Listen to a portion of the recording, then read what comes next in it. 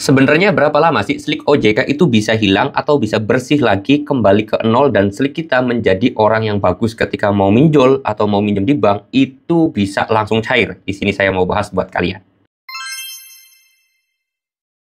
Assalamualaikum warahmatullahi wabarakatuh teman-teman semuanya. Pada kesempatan video kali ini saya ingin membahas terhadap yang namanya Slik OJK ya. Mungkin teman-teman juga kemarin tuh banyak yang menanyakan masalah Slik OJK ini atau Pusdafil ya. Kalau pinjol itu sekarang kalian harus tahu dulu ya, Pusdafil atau Pusat Data Fintech Lending. Kalau bank atau kredit itu masuknya ke Slik ya, Sistem Layanan Informasi Keuangan. Nah, apa bedanya? Sebenarnya sih sama aja, nggak ada bedanya. Cuman ya nggak tahu OJK itu dibagi-bagi biar lebih enak mungkin ya.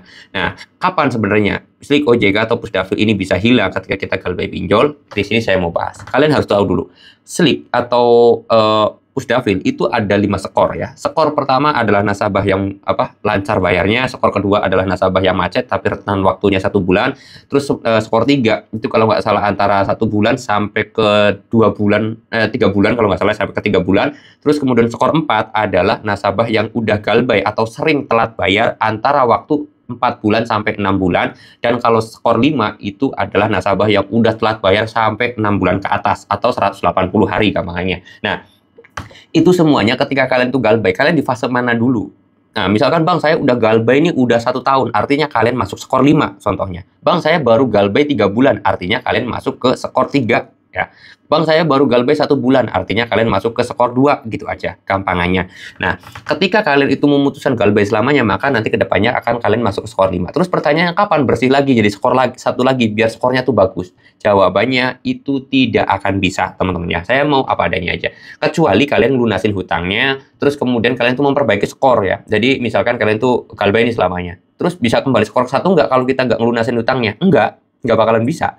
Dan kalaupun kita itu skor 5 ya, terus kemudian lunasin hutangnya semua. Terus apakah langsung loncat ke skor 1? Enggak juga. Jadi kalian tuh harus proses minjem lagi, kreditnya lancar, baru naik skor 4, skor 3, skor 2, skor 1, baru membaik lagi. Jadi untuk memperbaiki reputasi nama kita di Slik OJK atau daftar hitam gampangannya, itu butuh proses yang lama, butuh waktu yang lama, itu agak susah teman-teman ya. Jadi itu kalian jangan pernah termakan informasi hoax. Kalau misalkan ada yang bisa menghapus data di Slik OJK, itu adalah hoax, itu adalah pembohongan, itu adalah penipuan ya pertama. Lalu kemudian yang kedua adalah kalau misalkan kalian itu nganggap Slik OJK sangat berbahaya, enggak juga.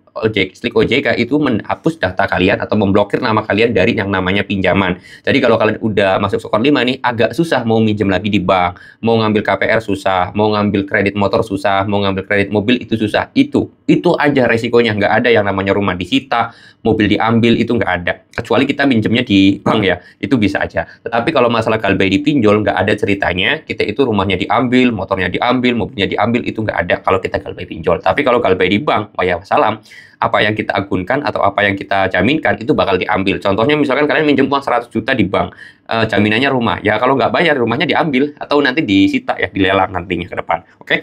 Mudah-mudahan video ini bisa bermanfaat. Kalau teman-teman semuanya ada pertanyaan, boleh tinggal tulis aja di kolom komentar. Kalau mau konsultasi gratis sama saya, tinggal DM aja ke Instagram saya. Linknya sudah saya sediakan di deskripsi video ini. Saya mau tutup dulu videonya dengan kata Assalamualaikum warahmatullahi wabarakatuh.